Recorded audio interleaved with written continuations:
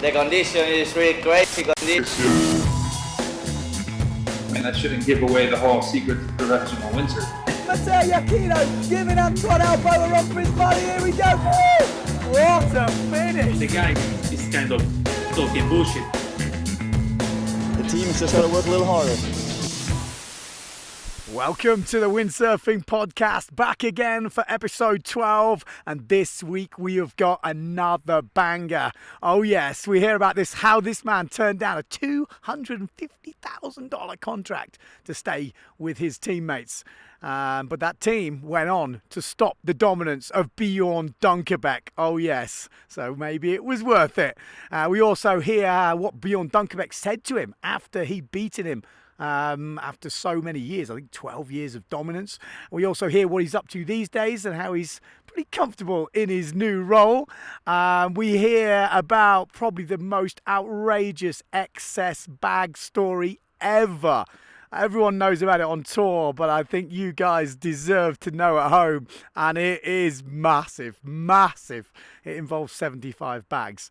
So there we go. He's also rated himself as the most underrated sailor of all time. It is, of course, Kevin Pritchard. KP, how you doing, man? Long time. Good. Just over here in Maui. Haven't been traveling much because of the COVID thing this year, so a little bit different. This is actually my first time probably ever to be in Maui the whole summer and just cruising, still sailing a bit when there's waves. We've actually had like waves quite a bit. Like the last 3 days have been pretty fun waves, and then we had a swell before that. And so you get stuff done, all the stuff that you put off doing throughout the year when there's good waves, and you take care of it, clean your house, whatever, work on different stuff. And then that little swell that keeps you going through, and then all good.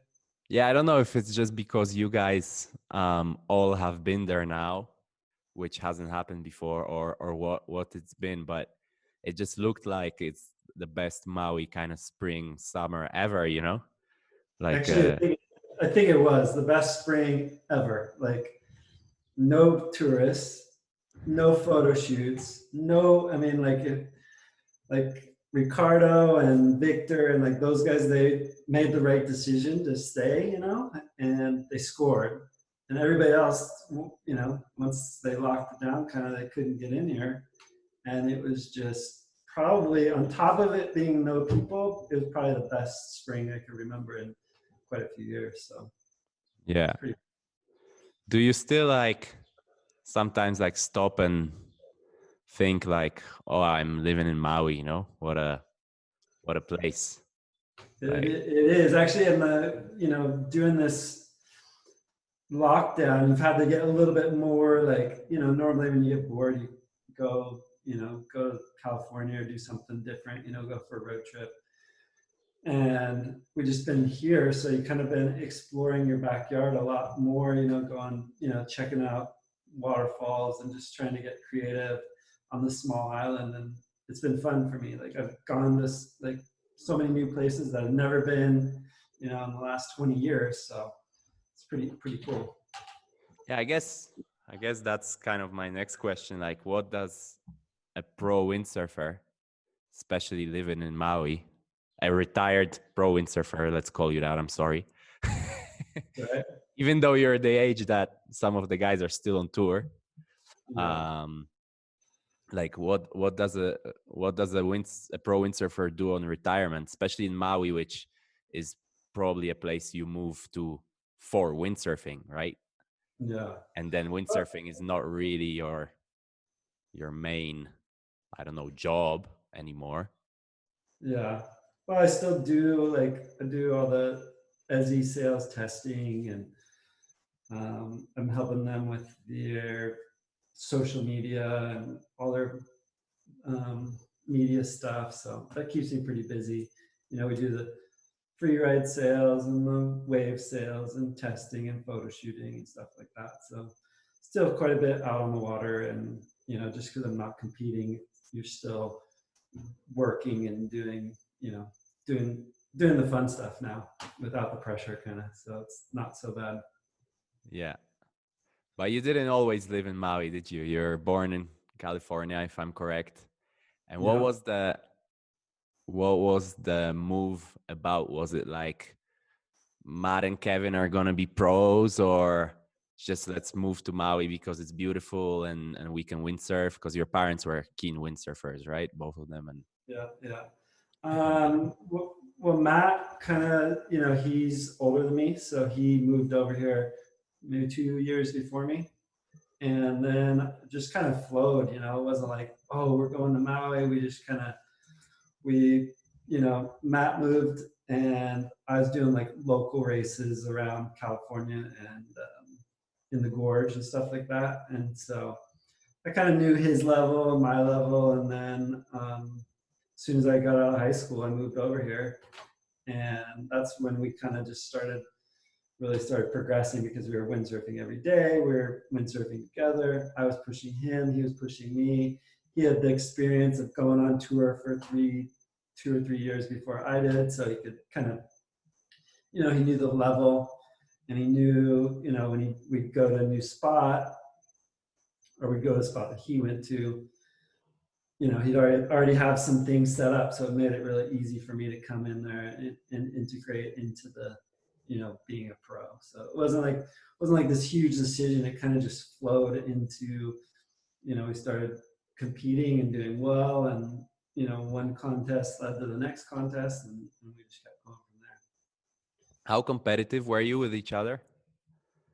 We were pretty competitive. You know, we were always kind of happy for each other to do good. You know, a couple times, you know, there was a little rivalry here and there. Mostly when we were younger, it was kind of my fault, but I was like, I thought I was better than him, and he was better than me. So we had like this little vibe for probably only a year, and then it was all good. Then we just pushed each other. Like when he did the tour alone, I think he finished like 40th or something in the slalom, and then I came, and his first year with me, he finished 13th.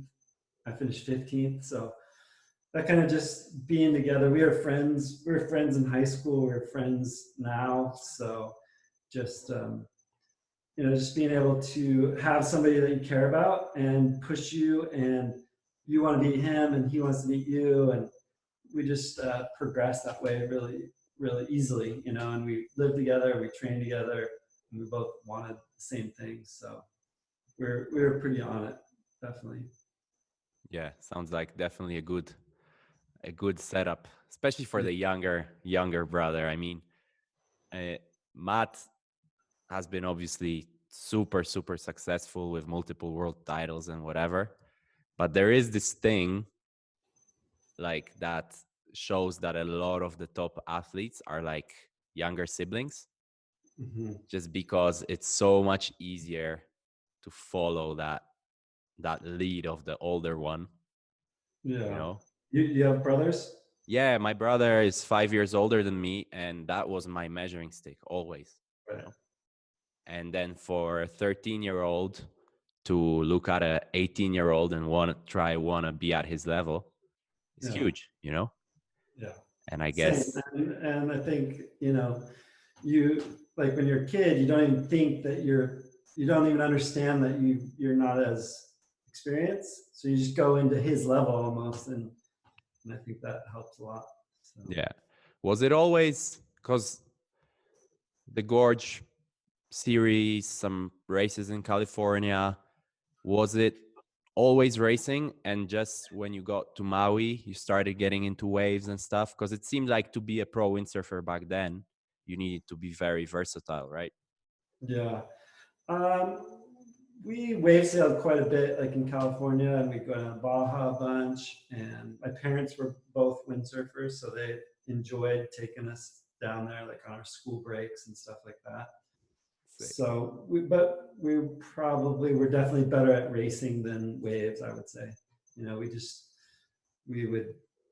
didn't have as much experience as, some of the guys who like grew up, like Josh and those guys. By the time I was like 17, 18 when I moved to Maui, and those guys were already like world-class wave sailors. But we kind of knew what we were doing a little bit, but steep learning curve when you come and you live here and you're amongst those people. So yeah, definitely caught up quite a bit. I mean, you guys both won the events in Maui, right? I mean, that's insane. Yeah, I mean, stuff like that.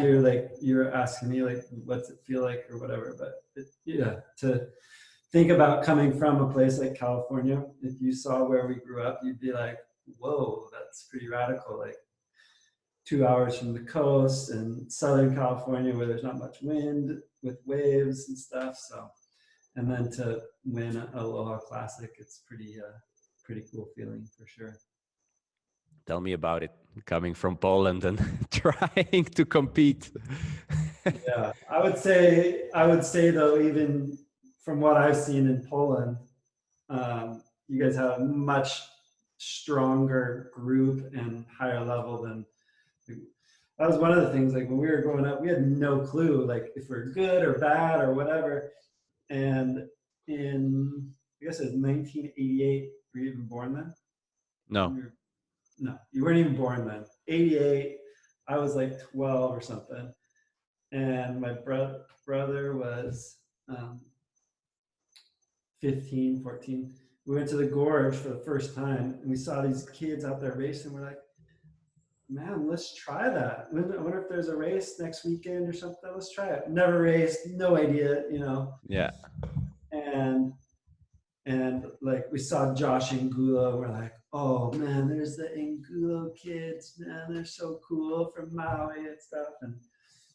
And Matt got second, like in his first race, and he's just like, I was pretty small, I think 15th or something like that, but still, I was like, whoa, Matt did so good just in his first race with no clue really what's, and so that was pretty cool. And then, but I think that's just that's also like pre-internet era, Oh, for sure. I just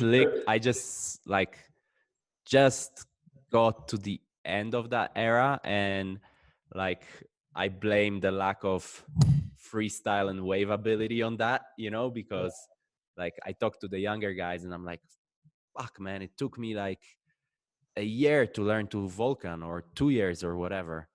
Yeah. And a guy would tell me, couldn't you just go on YouTube? I'm like, no. Dude, no, there was no YouTube, Yeah, but you were around the pros like when you were, I don't know, 8, 5. I remember like this little kid in Poland.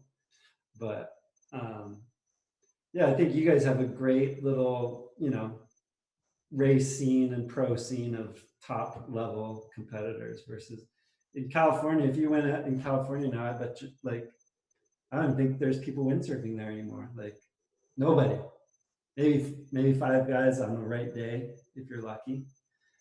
And you go to, I don't know where your local beach is, but I remember tons of people windsurfing in Poland when I was there. Yeah, but I think it's just the surfing thing, isn't it? Like in California, you just have world-class surf, and then like in Poland, in many of those places in Europe, windsurfing is the surfing, is the base kind of sport. Yeah. But whatever. Back to you. You get on tour in 96, 20 years old, if I'm correct. That was 94 was my first year. Ah, yeah? Yeah. So the internet is lying. Yeah, well, it's before the internet, so they're just making it up. Yeah. But, So you get there 18 years old, actually. What kind of tour did you arrive to? What were you thrown into? I think it was right when they were changing, like from the PBA to the PWA, and there was the course racing, slalom, and wave riding, and it was all, you could do the overall as well. So that was pretty yeah, it's like going from just all these, there's a ton of good guys too, because there's so many disciplines, there's more money in it than now. So I think it's pretty, like coming from like knowing a little bit, you know, because I came to Maui 2 or 3 times before I went on tour and stuff. So it was, you know, you go and your first time to Pozo, I mean, you know how that feels. You're like, huh? And you look at it and you're going to do some wave riding on this. You're like, where's the waves? And wow, there's a lot of wind here, you know? So yeah, it's pretty, pretty eye-opening when you know, the first, I think my first, well, I did the Maui contest was probably my first like big event, but still once you go to Europe and you're in Pozo and stuff for the first time, it's pretty eye-opening, that's for sure. Yeah, and silt as well. So, Yeah, but what kind of vibe was it like? Because our generation gets told all these stories that it was just rock and roll, cash, you know, well, I think partying. I was at the end of that sort of thing. So I was, you know, the tail end of the good money, I would say. And I was also probably like, me and my brother were probably the first of the starting to be the hardworking, you know, like I would say I didn't have all the talent like Josh and, you know, all those guys, where I just came and I just started training, and it was like one of the first guys to really start taking it seriously and start testing the gear and you know, not partying actually. Like me and Matt, when we were first at it, we never partied and we were just on it training all the time, and that's probably what got us to where we were. So, but there's definitely parties, and you know, as we got older, definitely, you know, had our fun times. Sure. Yeah. Yeah, you kind of run, so you entered the tour kind of right in the middle of Bjorn's domination. Was that always the target? Like, look at Bjorn, you know, he's training hard, he's fit, he's big, whatever. He might be, you know, not training as hard later on or whatever, but you know, he's dominating, you know. Was that always like, okay, let's take him down?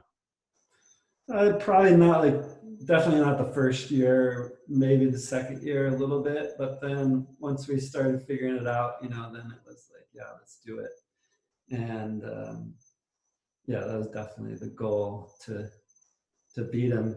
And you know, we were still having fun doing it, but we were focused, and we were, you know, working hard to beat him for sure. Yeah. So in 98, you finished 5th overall. 99, you finished 2nd.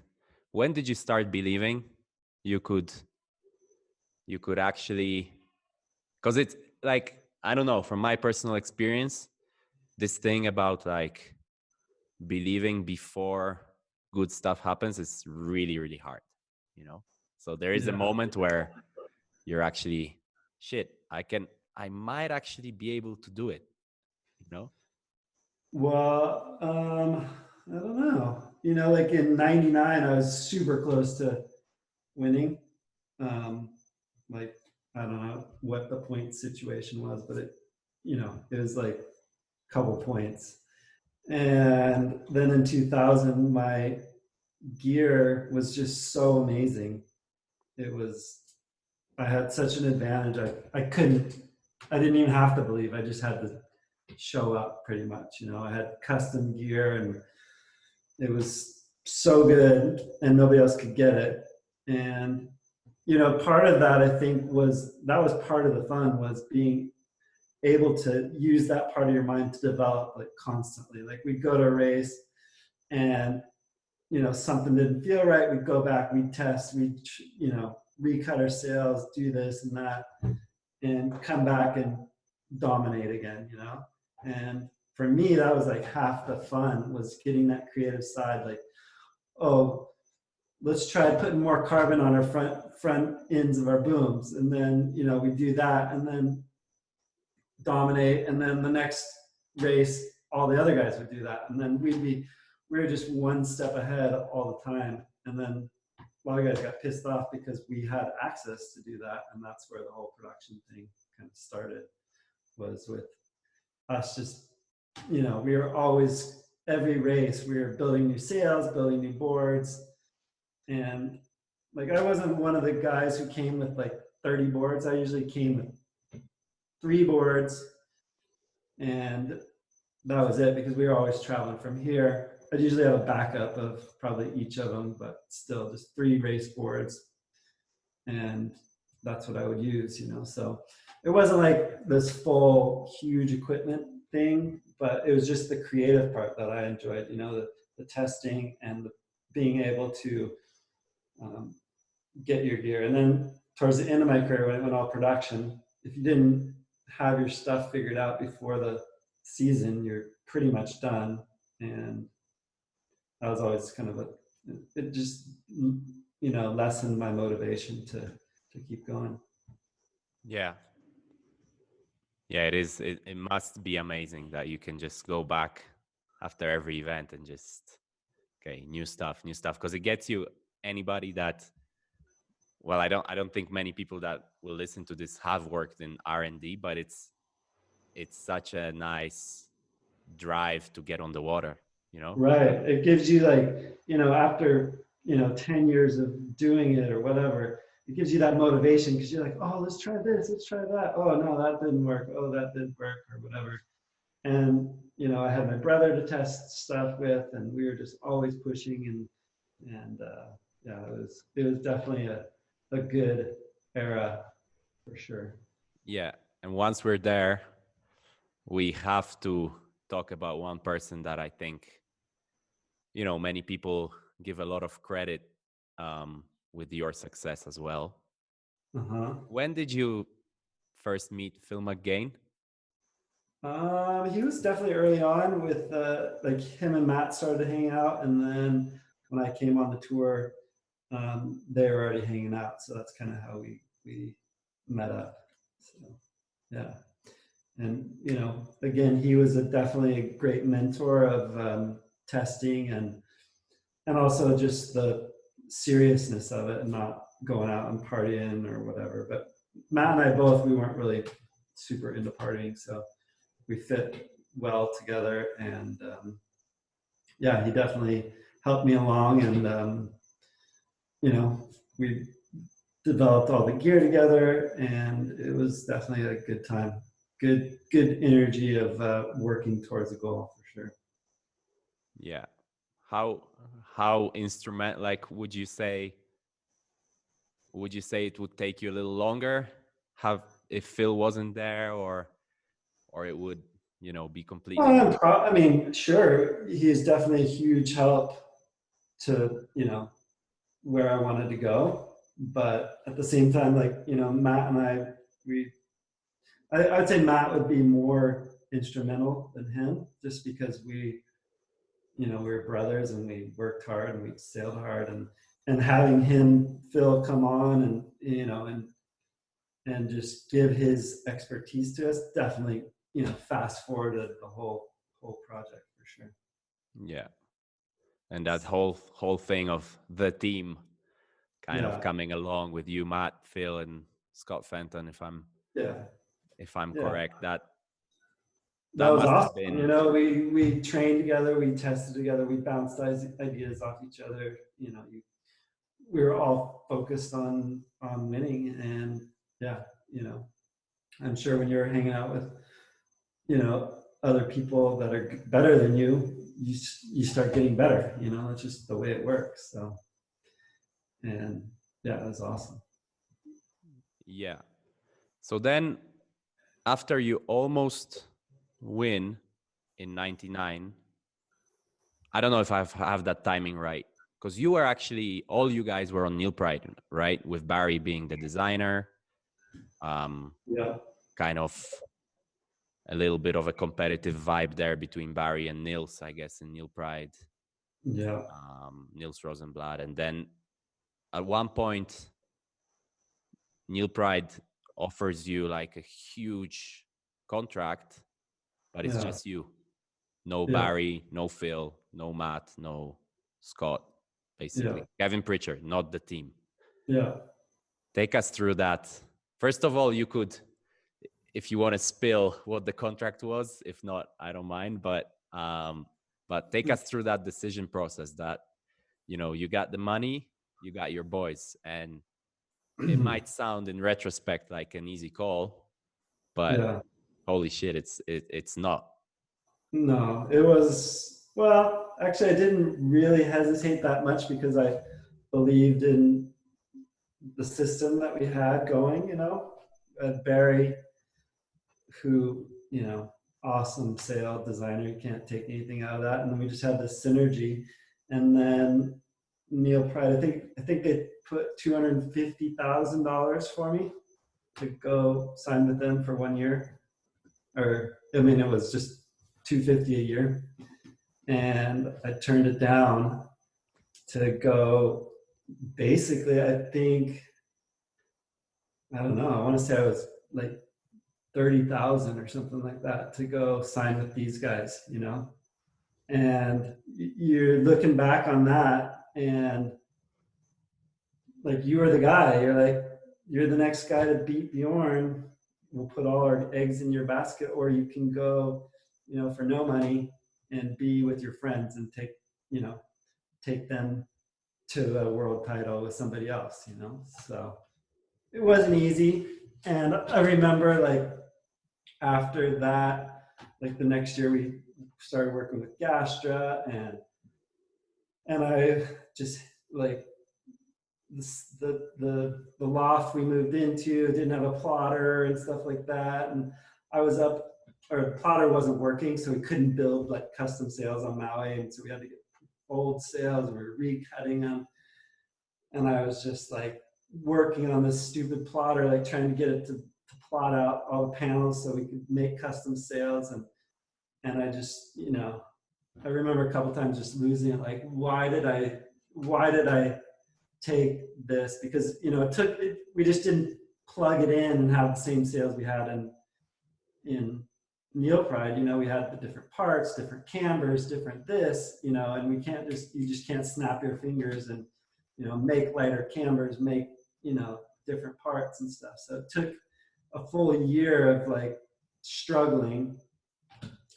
I think, I don't know what place I got. Maybe I got second with the first year at Gastro, but maybe not. I can't remember. But I remember just like, what am I doing? And then, you know, we probably had some little arguments amongst ourselves, like, I want new sails and you guys are off, you know, doing something else. And that really irritated me, but we worked through it. And then the next year our sales were unbelievable. And so then the ball started rolling and we did okay out of it. So Yeah. Who was, because you were on big boards at that time, yeah. which is obviously back then it didn't really mean much except the logo. Yeah. Who was actually shaping your boards? This guy named Mike Zychek was in 2000. He was shaping the boards, and he was from like the Czech Republic, I think, and he lived in San Francisco, but he made some awesome boards, super light. I still have one under my house. I still have the 2000 board that I won on. So it'd be kind of funny to take it out and have it go. I bet you it's pretty fast still. But yeah, his boards were awesome. And this, you know, and we were, again, you know, he was in San Francisco, and so nobody from Europe really could get him, you know. A couple guys kind of caught on and got some, but yeah, it's pretty, like, our boards were like, I don't know, 8 kilos, something like that, or just ridiculously light back then, you know. It's like, it's pretty crazy. Yeah, probably 8 kilo on a course board and then like 5 on a slalom board or whatever. But people that are into kiting will go like, whoa, Mike Zychek was shaping windsurf boards, because now Mike's lab is like by far the best kite foil. Oh, really? Yeah, it's like basically without a mic slab, you're not allowed to. You're not allowed. You're not gonna be competitive. Wow. It's that Yeah. bad, you know. Well, I mean, that's kind of what it was like. Like in 2000, I remember just starting anywhere I wanted, upwind, downwind.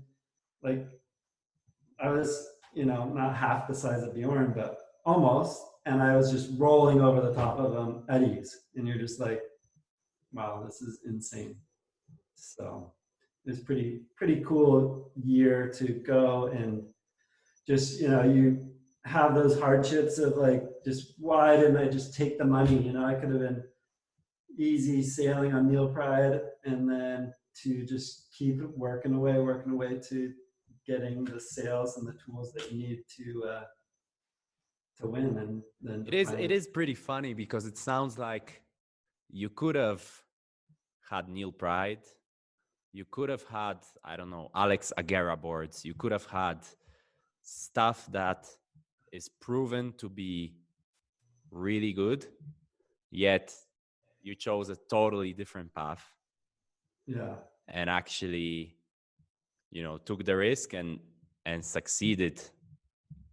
Yeah. Hugely, so I think this is quite inspirational, because many, I think in any sport that is with gear, with equipment, many people think like, to win, I need to be on Neil Pride or I need to be on North's Duotone, sorry, or whatever, and I think your thing shows that it's. Well, I think too, like going back to Phil and Barry, those two guys, Barry had designed sails for Bjorn for the past, 10 years. So his track record wasn't slouch, he knew what he was doing.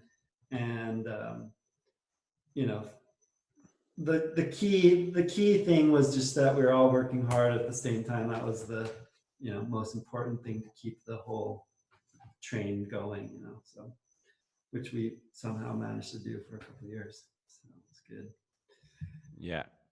How do you feel?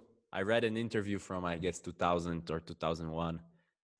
How did you feel about all these notions that Bjorn wasn't taking it seriously, Bjorn didn't train hard, or you guys team raced to even beat him? It's like kind of people playing it down. I find it really strange because I thought once you have this guy dominating the sport, everybody's crossing fingers for somebody to beat him and make it interesting again, right? Yeah. Yet then you come and it sounds like a lot of people were, I don't know, playing it down somehow. Yeah, I mean, I know that when I did beat him, he did care, I mean, anybody that wins 12 or 13 times in a row cares about winning, and he was a machine, and we all know that he's an amazing athlete. And when you're that type of level athlete, you care. You're trying your hardest, you're doing your best, and so yeah, that didn't really come through to me. And two, plus I'm like, I don't care. I just won after him dominating for 12 years in a row. So yeah, who cares? But it must have stung that he didn't even, or at least on that interview, you said Bjorn didn't even acknowledge you, didn't even shake your hand, didn't even say good job. He'd been so used to winning for so long, he was pissed, and that's fine. But he's always been like, kind of a strange cookie, or maybe it's just me too. I'm like always been intimidated by him, and it's your childhood hero you're looking up to, and then you beat him, and you're like, this is like back in '88 when I first went to the gorge for that first race. He was there winning, so to finally beat him, and that was it was awesome. Yeah. How did that change you? I don't think it changed me that much, just, I guess it gave me more momentum. And like you said, you know, kind of once you start knowing that you can win, you start winning more. And I don't think it changed me really. You know, as the time goes on, you know, my brother stopped doing the tour. That was probably the biggest change, you know, like, okay, now I don't have my brother here and I'm still, you know, doing good on the World Cup and winning. Yeah. And then all of a sudden he stops doing that. And then, yeah, that was kind of probably the most, you know, once he stopped doing it, then I was like, oh, I'm going to keep going. And then you have to make new friends and new people to travel with. And so it's kind of a big change. Yeah. Yeah. He stopped doing the racing first and he kept doing, he won the freestyle and won a bunch of Super X titles. Yeah. As well. But I guess as you were kind of on the slalom and the waves more, right? So yeah. So exactly. you guys We had a couple good Super X races, you know. I think I actually beat him once that ruined him winning the world title or something like that. But that's just the way it goes, I guess, you know. So he got injured a couple times and that slowed him down a bit. And then, yeah, he still won, I think, the very last slalom in Pozo. That was like 15 rounds. I think Matt still won the event. So that was pretty insane. But those were some hardcore racing, that's for sure.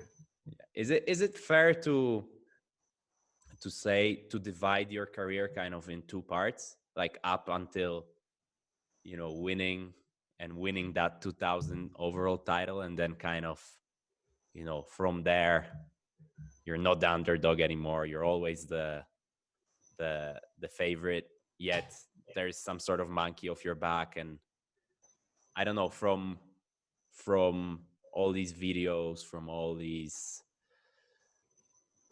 magazines, from anything that I remember I could find while preparing, it kind of seemed like, you know, there's the laser focused, the team effort to take down Bjorn. Once that happens, it's more like, you know, Kevin Pritchard doing whatever he wants, you know, and kind of competing, but it's more, you know, monkey off the back type thing, you know? Yeah, I don't know about monkey off the back, but I think just,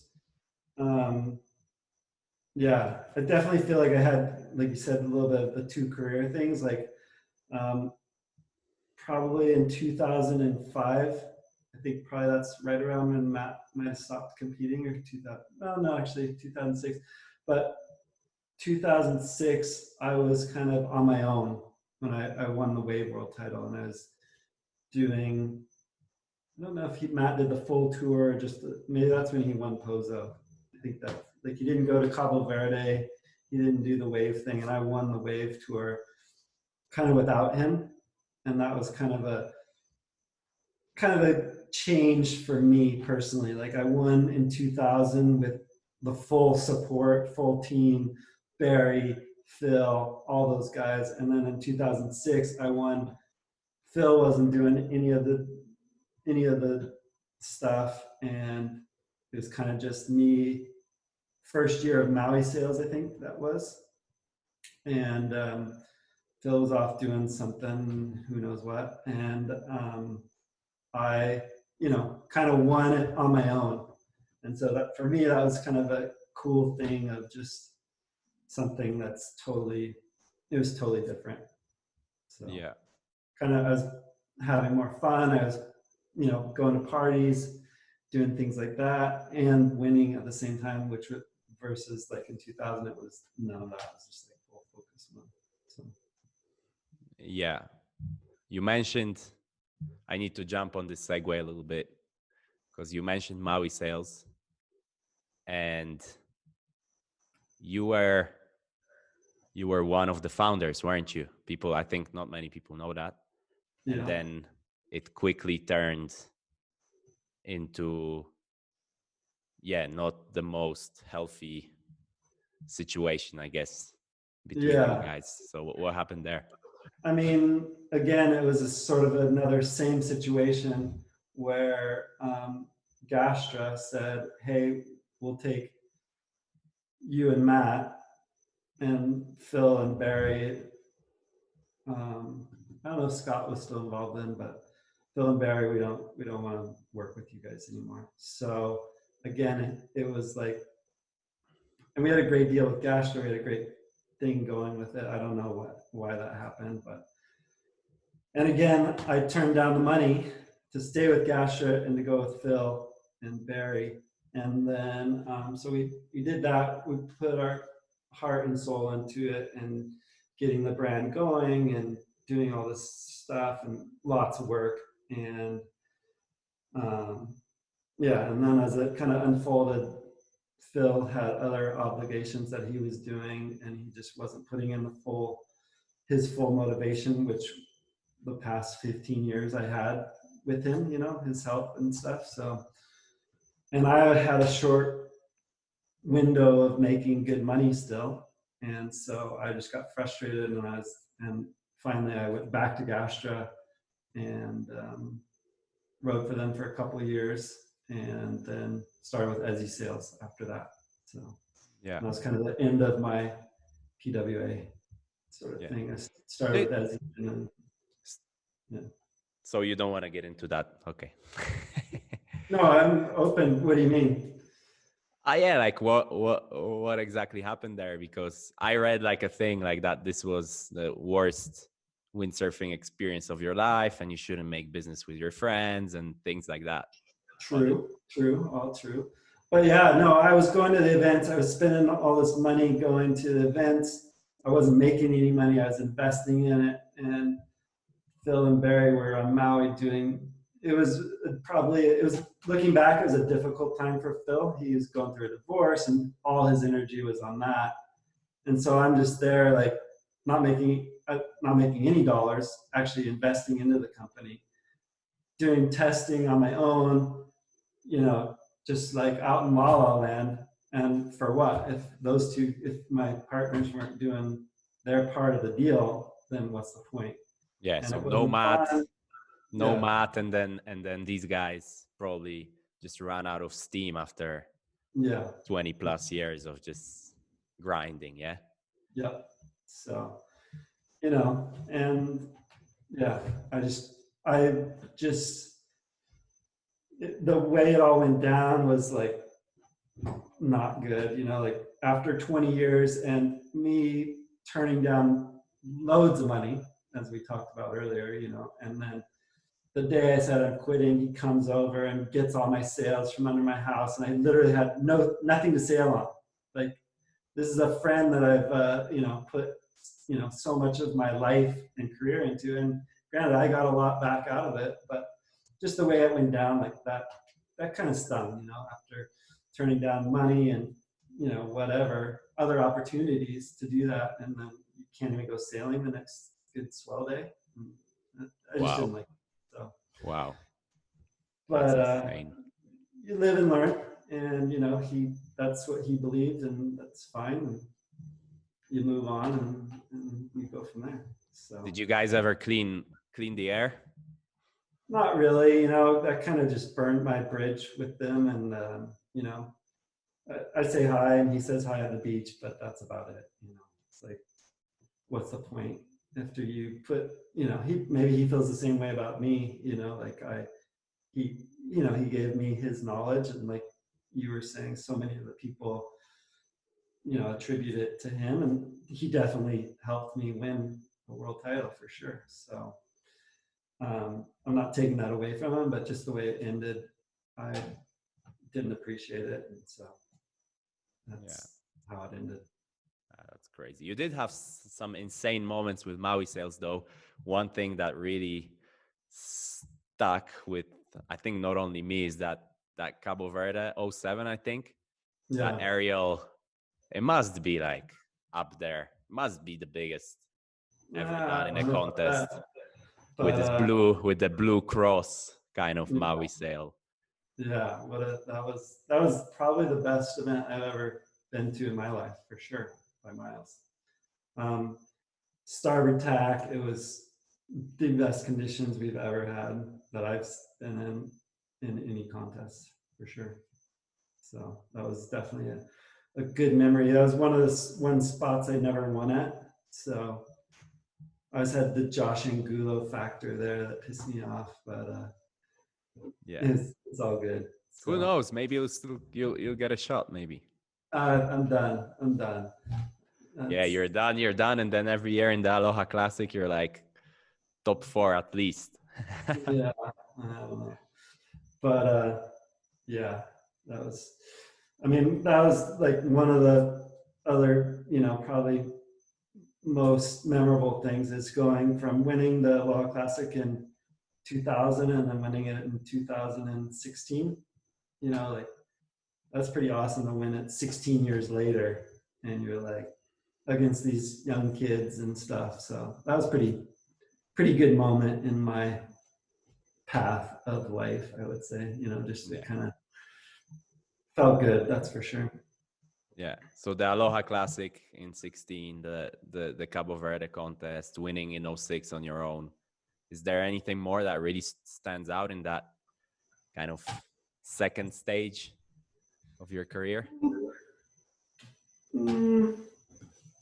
I don't know. No, not really. Like those were definitely some of the moments, Portugal, I remember winning there, but yeah, I mean, the last Aloha Classic, that was kind of blew my mind that I was like, even close to those guys. You see Brazinho and what he's doing now. It's just, I can sit there today or, on a good day and just watch him rip, and it just is like, it's insane. So it's pretty cool to see a guy like that just progress so much, and he's just unbelievable to watch, that's for sure.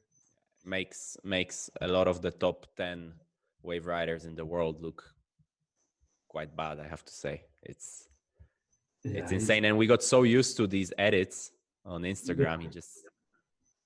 It's just like he busts it out. He can make an edit in like an hour, that will take somebody else like 2 months of filming, because I do filming stuff. Sometimes I film him and I'm just like, holy crap, it's insane. So it's pretty fun to watch. Pretty fun to watch his videos too, that's for sure.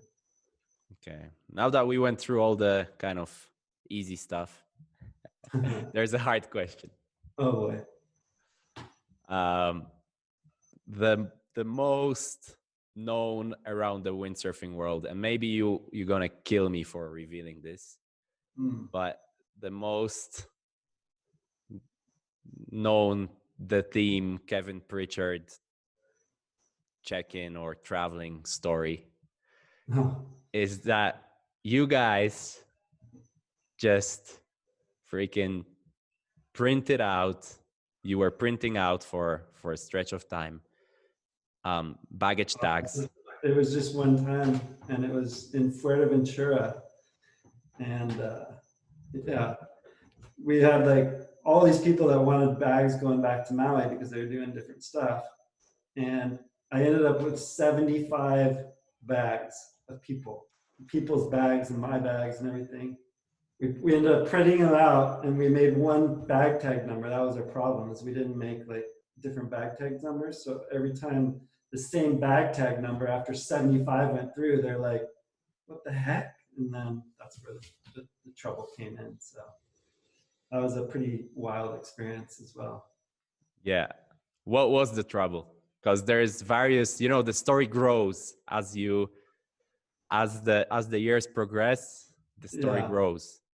Well, we printed them all out, and I got to Frankfurt, and I had a night layover, and I went down the baggage claim, and I just saw these bags just coming out the baggage claim, and I just took my handbag, just walked to the hotel, didn't even touch the bag. I was like, what am I gonna do with them? Went to the check-in at American the next day. I think actually I grabbed my clothing bag, grabbed my clothing bag, went to the hotel, spent the night, got to American, checked in. You have any bags, sir? Yeah, I got this one bag. Checked it in, got on the plane, went back to Maui.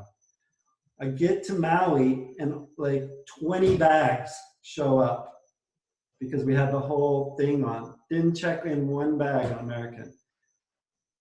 All of a sudden 20 bags come. I'm like, this is insane. You know, I thought I'd have some sort of dealing.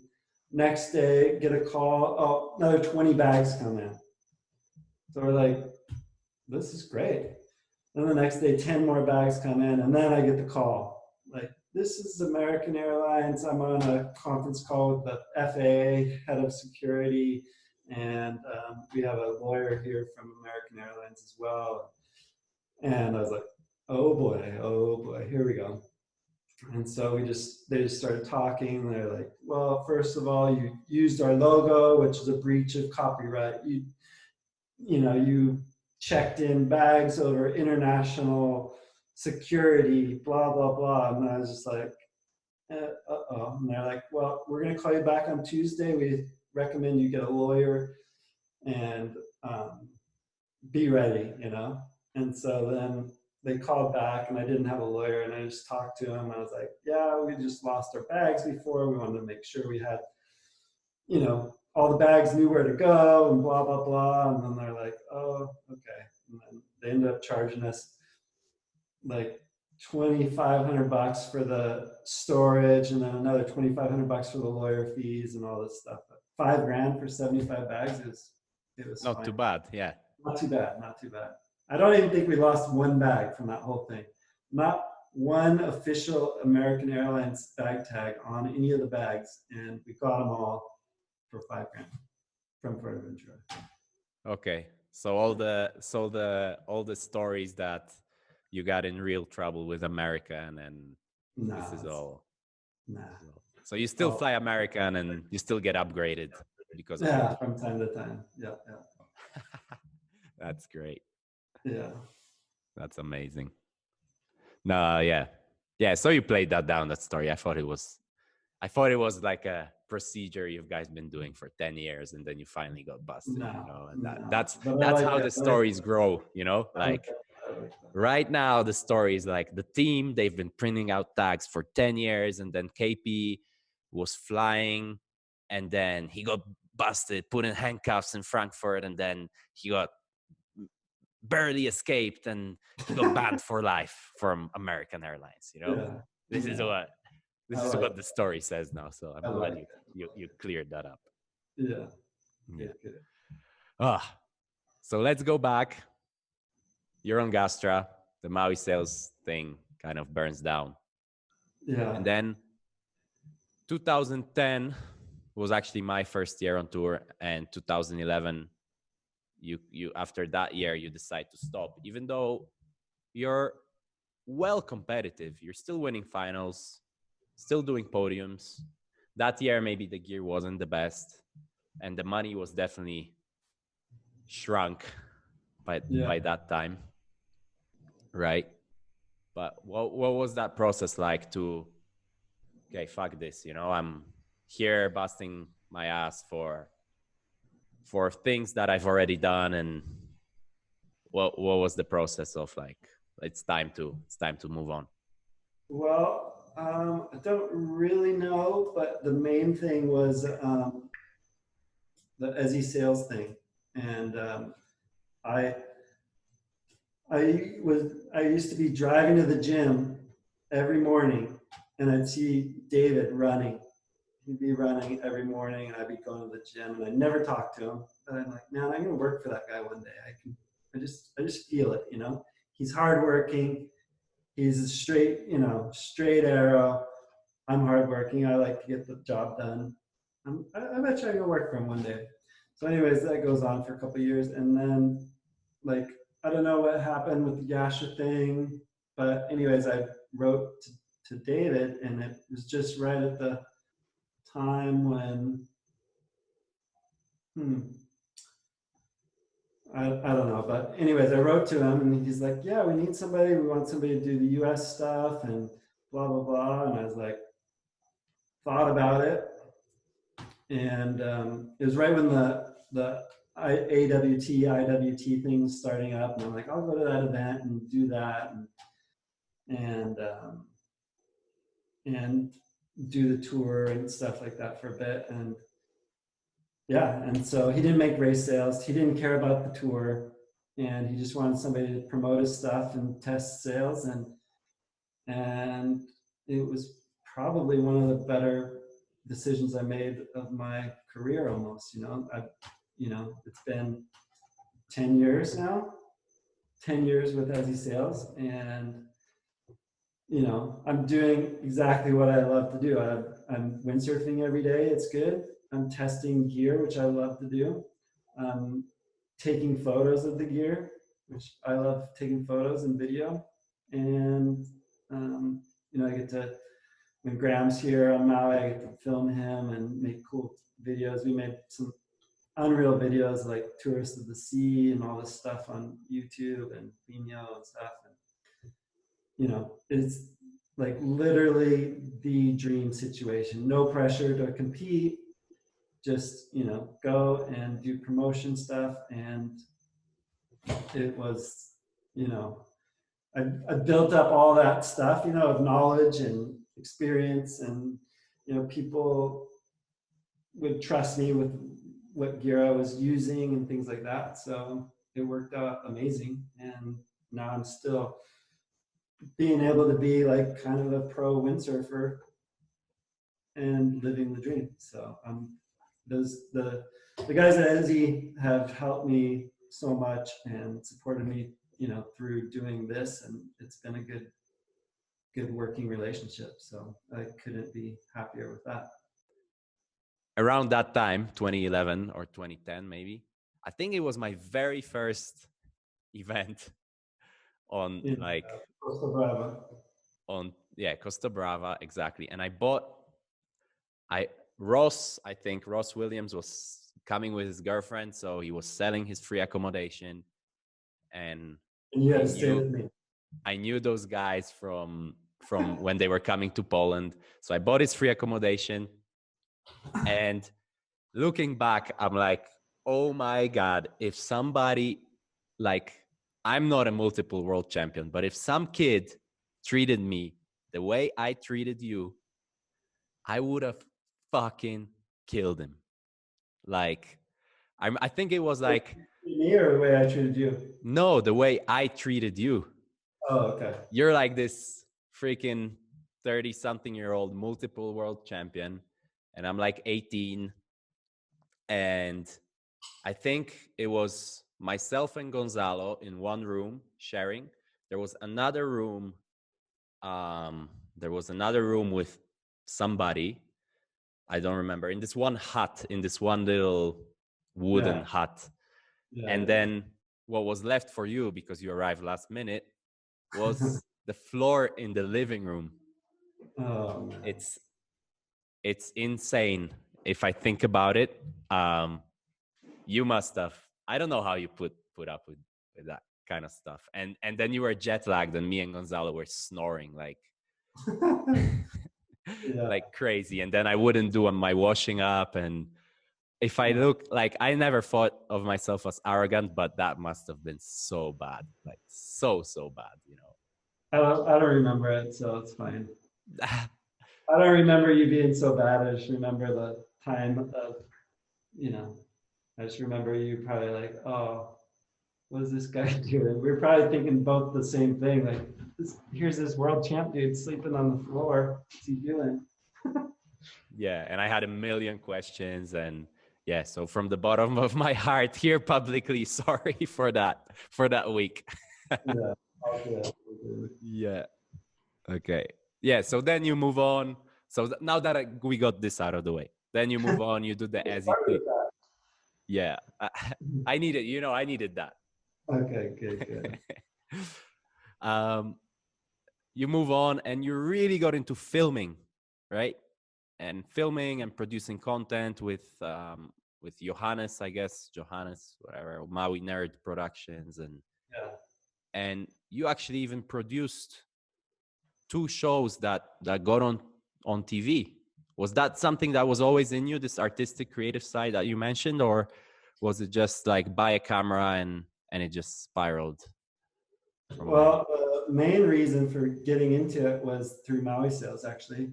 And we were getting new products, and then we were like hire an Eric Ader, and every time we needed a shot, even if it was like shot of a, you know, a boom end or something like that, it'd be $1,000. And I'm like, and we needed a lot, you know, because we were just starting out. And I'm like, why don't we just buy a camera? We can do this. So I bought a camera, ended up taking my first shot. And I'm like, oh, this looks like crap. And I just started getting into it, you know, like trying to take a good shot of a batten end piece, you know, and you're like, you know, when you're first there, you just take a picture and then it looks like crap. But then to try to make it look good, you kind of got to get, and I read up on all these books and all the stuff. And so that was a, you know, a great benefit of, you know, owning a company and whatever. And I just started like taking all the pictures, and that's how I got into photography. And then, yeah, then fast forward to this next section of my career. And Johannes, I saw this video on Facebook, and I wrote to the guy, I'm like, how do you make that video? I said, if you come to Maui, if you get a ticket to Maui, I'll put you up in the room, and we can like free room and board, and we'll make a little clip, and it'll be fun. And he's like, okay. And you know, he came over and he's staying in the spare bedroom, and we just started talking, and I'm like super into all these different mounts, and he comes from this corporate world, and you know, everything by the book, German style. And I'm like sending my Canon camera down this, we made like these cable cams and stuff, and he's just like, this guy's insane. And so we ended up just having a great time, and then we started working together, and then we started just traveling together. We went to Vietnam we did the show for ESPN Asia. We did 2 30-minute shows, produced it, direct, whatever you call it. No clue what we were doing, you know, a little bit. But. And then we worked for Red Bull doing stuff, went to Aruba and did a, you know, film down there, and all sorts of stuff, you know. So that was, you know, so much fun just being still in the sport. But I put so much pressure on myself for so many years that to go and be at the events without any pressure was a lot of fun, you know. So that was definitely, I mean, for me personally, it was probably the most fun was these last 10 years or so of just creating stuff, being able to dream and create, like, you know, videos and actually make it happen. It's pretty dang fun. So you're good at editing and stuff like that, so you understand how it it's pretty cool, like, you know, put everything together, put all the pieces together and make it look good. Yeah, I'm just terrible at filming, and then you need to also get somebody to film you and whatever. But Yeah. how would you compare the satisfaction of creating something from scratch, from zero, to winning a contest? Like, it's such different worlds, Yeah. but it's in a way some sort of a similar feeling, isn't it? It's like, Kinda, but no, I don't think so. I think it's, you know, you have an end goal, which is similar, but I mean, actually, you know, like when you're filming events and stuff, there's a certain pressure to get that shot, you know. But just being creative, you know, there's probably people way more creative than I am, but I don't know. One of the things that drew me into it, though, was trying to show or expose what it felt like, you know, like what did it feel like to bottom turn, and try to capture that more so than just, you know, guy out there shooting, but shooting with a passion, you know, and trying to show more what it felt like and show the different aspects of windsurfing and what it felt like to me, and try to get that onto the screen. That was kind of my goal of the whole thing. did you tell Brazinho, like, his edits are absolutely amazing, but there's not much videography, let's say, in there? Like, it's so insane, the action. And if you think, like, could put some of that, you know, that Kevin Pritchard / Maui nerd / Yeah. whatever artistry in there, it would be like absolutely insane. Yeah, he is so insane. Yeah, unbelievable. He doesn't need it though. His stuff is so good. He doesn't need it. Your mind is blown when you watch him windsurf. And the worst thing is like he's got no major sponsors. Like that's what I tell him. And like he's good looking, he's unbelievable. But why doesn't he have like a Red Bull or something? Just anything. You have more sponsors than he does. Yeah, but my sponsors are like €5 each, Yeah, no. But anyway, that guy is amazing. We did some videos like Marshall Islands together and stuff. So I was thinking about that when I saw his last video. Like, oh, I'd like to make a video with you. It'd be pretty fun. Yeah, I saw the Jaws one and I wrote him, can I please re-edit that? Yeah. So yeah, it's like, if I think like there could be a windsurfing movie that would be just so mind-blowing to anyone, not interested or not interested, whatever, It'll happen. Yeah. It'll happen. Yeah. I hope you guys get on it. So aside from Brasilio, when you see windsurfing today, what do you see? Because you're so much involved still, but things have changed dramatically. What do I see? Yeah, I mean, I still enjoy watching it and like doing it. Ricardo, he's up there. Victor Fernandez, those, I would say Ricardo and Brasilio are probably my two favorites to watch just because they're insane. And, then everybody else has their own different style, which is fun to watch. And, I watched a lot of Graham, wave riding, and his wave riding is, so different and different view, which is awesome. Different lines that he takes, which is cool. And, it's just, when I see them jumping and stuff, it's just like, wow. And then there's this freestyle kid I saw on Instagram.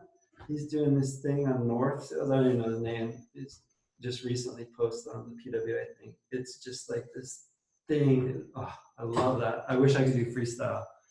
It just looks so insane, like those air chacho things where you go up and then reverse and stuff. It just blows my mind. I love it. What's next for Kevin Pritchard? I don't know. I'm in a pretty good spot right now. Just kind of hanging on to this and seeing how long this can keep going. Working with David and Graham, and then after that, I don't know. Like I was just saying to you, as a windsurfer, you learn all these skills. So I'm not too concerned about it. Figure something out, and you put a lot of time into your career and how much goes into it. So if you just to change to be a banker or something like that, I can't really see that happening. But we'll see. I think I'm in a good spot right now, and just kind of taking it one day at a time. That's great to hear. Great, really good. Okay, so we have this little quick fire segment that we finish off. Usually we ask all the people the same questions. Yeah. So let's do this. What are your pet peeves? Oh man, you know what my pet peeve is right now is this American president election talks. It just drives me insane. So that's definitely a pet peeve. What is it? The presidency or whatever it is. It's ridiculous. Yeah. How many times a day do you pee your wetsuit? Well, I'm in Maui most of the time, so not often. But I wasn't really a peer in my wetsuit. I kind of just pee before I go in, and then I don't really like it too much. You never pee your board shorts in Maui? Oh yeah, Same. my board shorts, but a dry wetsuit, yeah, I don't know. In silt, I remember some of those long days where you're just like, whoo. Yeah, I don't know. Nice and warm for a while. Yep, nice and warm. What is your guilty pleasure? I like a good couple drinks at night. That's my guilty pleasure. Yeah. What's the biggest misconception about you? I don't know. I don't really pay attention to it, so who knows? Your top 5 windsurfers of all time. Of all time? Yeah. Ooh, that's tough. I mean, obviously Robbie Nash, Bjorn.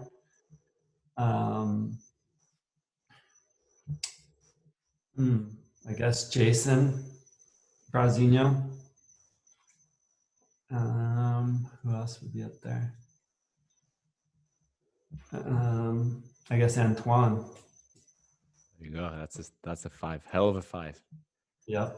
Who's the most underrated windsurfer of all time? Underrated windsurfer of all time.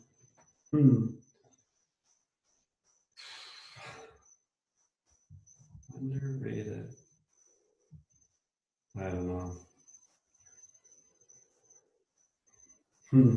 I don't know. I think I was pretty underrated. You know, I had good results, but I was never like, oh, the best windsurfer. Like if you ask, probably I don't know how many people you've asked that, but I doubt there was my name that came up there on the top 5 of very many. But who knows? I don't know.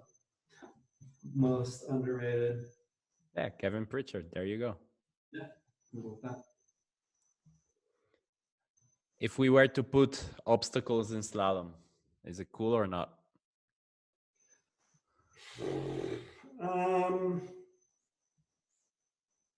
You know, the best thing about that was when you could be going down the last leg and you still wouldn't know who would win the race, you know, with the jump. The jumping really didn't make a difference. It was the freestyle move, like in the Super X. So I would say unless you're going to put in a move, no. Don't put in a jump. Beach starts though, yes or no? I like beach starts, yeah. One spot you'd have to sail, this might be too easy. One spot you'd have to sail every day for the rest of your life. Just the sailing would probably be Cabo Verde. Yeah, but you have to be there every day. There.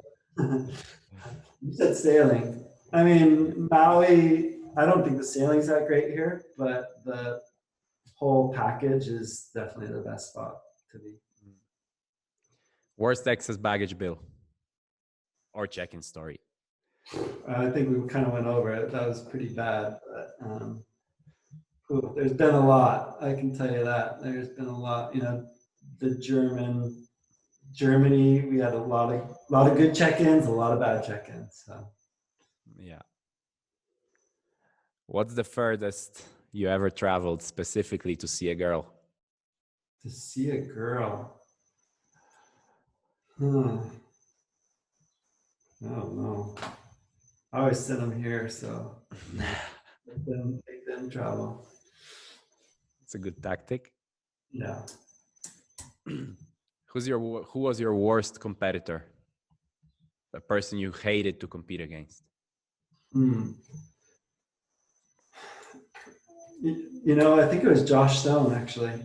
He would always, in the weirdest times when I would I would know that could beat him, and he would just beat me. And it pissed me off so much. Yeah. Really? Yep. That's crazy. Well, there's a funny story about that is that we, I think in 2008, I want to say, or 2000, maybe it was 2009, we were in Brazil, and he had lost he was doing terrible in the ranking in the waves, and I think he maybe even lost first round or something, and he was just like sailing around, he was partying, not a care, and he came up against me, and he just went out and he just destroyed me. And all I needed was to beat him, and I would have won the world title. Like, that's how close it was. And so like 10 years later after that, he threw my 30th birthday party. Maybe it wasn't 10 years, but whatever. He threw this 30th birthday party, and like all of Paia came. He's like, okay, dreams are like, what did he say? Broken dreams mended, because he broke my dreams of being a world champion. And he threw me a big birthday party. So that was pretty cool. Yeah. Strippers, the whole 9 yards. It was awesome. Luckily, you won a couple ones before that. Yeah. Josh and Gulo too. Did I get two? Josh, we had some fun times in He mentioned you, I think. He said you. Yeah. And he said that you snaked a wave off of him, that deep down, in some heat somewhere, that deep down, it was his wave. Deep down, he knows it was my wave, but he organized the event. He deserved the wave. It was my mistake to think that I should have ridden my own wave. That was my mistake. He threw the event. He was the boss there. It was my mistake that I could ride the wave that I rightfully got. That's great. Last but not least, who do you want to hear on our little show? On the show, yeah. I don't know, who have you done so far? Done Brazinho, done Josh, done a bunch of people. Craig Gertenbach from the industry. Anders recently. Oh yeah. So, yeah. Yeah. Well, it'd be cool to either do like Phil McGain or my brother to kind of balance out the stories, see how it came together from their point of view and how it went apart from their point of view. I think, Matt, he's probably been out of the limelight sort of for a long, couple of years longer than me. So, and he still rips and stuff. So that'd be kind of interesting to see, compare the notes, Yeah, Matt's story might be quite aligned with yours, but Phil's might be a little different view. I don't think so. Yeah, but maybe. You never know. Yeah, I don't think he would ever agree, but we'll give it a shot. Yeah, ask him. Ask him if he came over and took my sales the same day. I think he'd agree. But all good. Yeah. Thanks, KP. I really appreciate it. Right on. It's bedtime. It's Maui midnight over here, 9:30.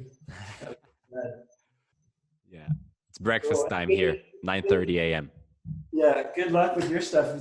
Like, I saw you in Denmark killing it. I was always excited for me to see this punk kid in Costa Brava, and then he's up on the podium. So, keep doing it. Keep charging. And it's pretty impressive for me to see you come and just be slogging in the back for so long and then break through like that. So that's pretty impressive that somebody can persevere and keep going. And then, like for me, I kind of just went straight on and it was all good. And I didn't have to persevere. Yeah, it makes me feel really bad when I saw that you were like in 2000, you were 24 and you just beat Bjorn after 12 years of How old are you now? domination. I'm 28 and I'm just starting to scratch the surface now, but that's what's cool about it. It's just different stories for different people. And I might not ever reach the success you've had, definitely not in the waves or whatever, but Well, you look at Antoine, he's still going. How old is he? 50? 47. 47. And I think he didn't start winning until his 30s, so it's so different. Like, he's older than you. Yeah. Steve Allen's still going. He can barely walk and he's still going. So yeah. I'm spoiled over here in Maui, just wave sealing every day, having a good old time. These guys are, schlepping their gear around through airports. They love it though. They do it because they love it. That's right. Good on them. Appreciate you. Yeah. Thank you so much, mate. Appreciate it too. Take care. See ya. I told you it was a banger. I told you it was a banger. Some absolute nuggets in that one. Give us a like if you liked the video. And also, if you want to keep these podcasts coming, if you're watching every week and going, oh, I can't wait for the next one, and you haven't chipped in some beer money, come on. You've got to support it like you would support an old magazine. That's how we're running this thing. Maciek's doing a great job, and we're trying to pump out the videos also on the channel as well. So, like I said, beer money, you know it makes sense. Keep the channel alive. It's been a tough year. We're obviously here in Silver Planet. I don't know if you can see behind me. We're going to be covering the IQ European. So first look at the Olympic class, foiling Formula Foil as well. So, yeah, get involved. Give us a like if you liked it, and I'll put other videos up the top. You can click on those other podcasts if you've not watched them. All right, see you soon.